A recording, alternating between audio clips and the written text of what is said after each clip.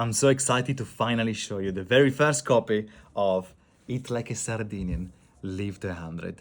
This is my very first cookbook, and because I'm from Sardinia, what a better way was for me to show you where I'm from and my cuisine. So I'm so proud of this cookbook, and I want to show you today a little sneak peek what this is all about. The first thing I want to show you, yes, the photography is fantastic. Dave Brown have done an amazing job.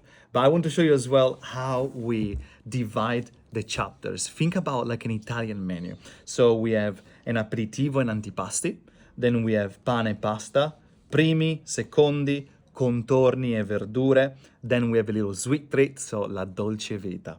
And then finally, we have dispensa, which is your pantry. You will find how to make a basic tomato sauce, how to make the perfect breadcrumb using stale bread, but as well you will find how to make sun-dried tomatoes and how to make sun-dried tomato pesto from there. So honestly, it goes without doubt saying that I'm so proud of this book. Beautiful recipe, family recipes, traditional Sardinian recipe, fantastic pictures for almost every single recipe. But you will find as well something that probably you're not really used to for Italian cuisine.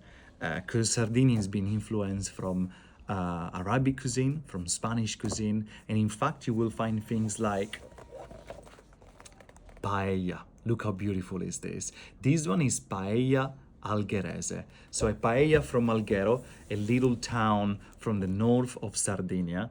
And instead of using bomba rice, which you would use for making normal paella, we use fregola, which is a giant couscous. Oh my God, this one is beautiful. This one is from a little island from Sardinia, which is called San Pietro, and is a mixed pasta with basil pesto and tuna. Look how bright and fantastic it is.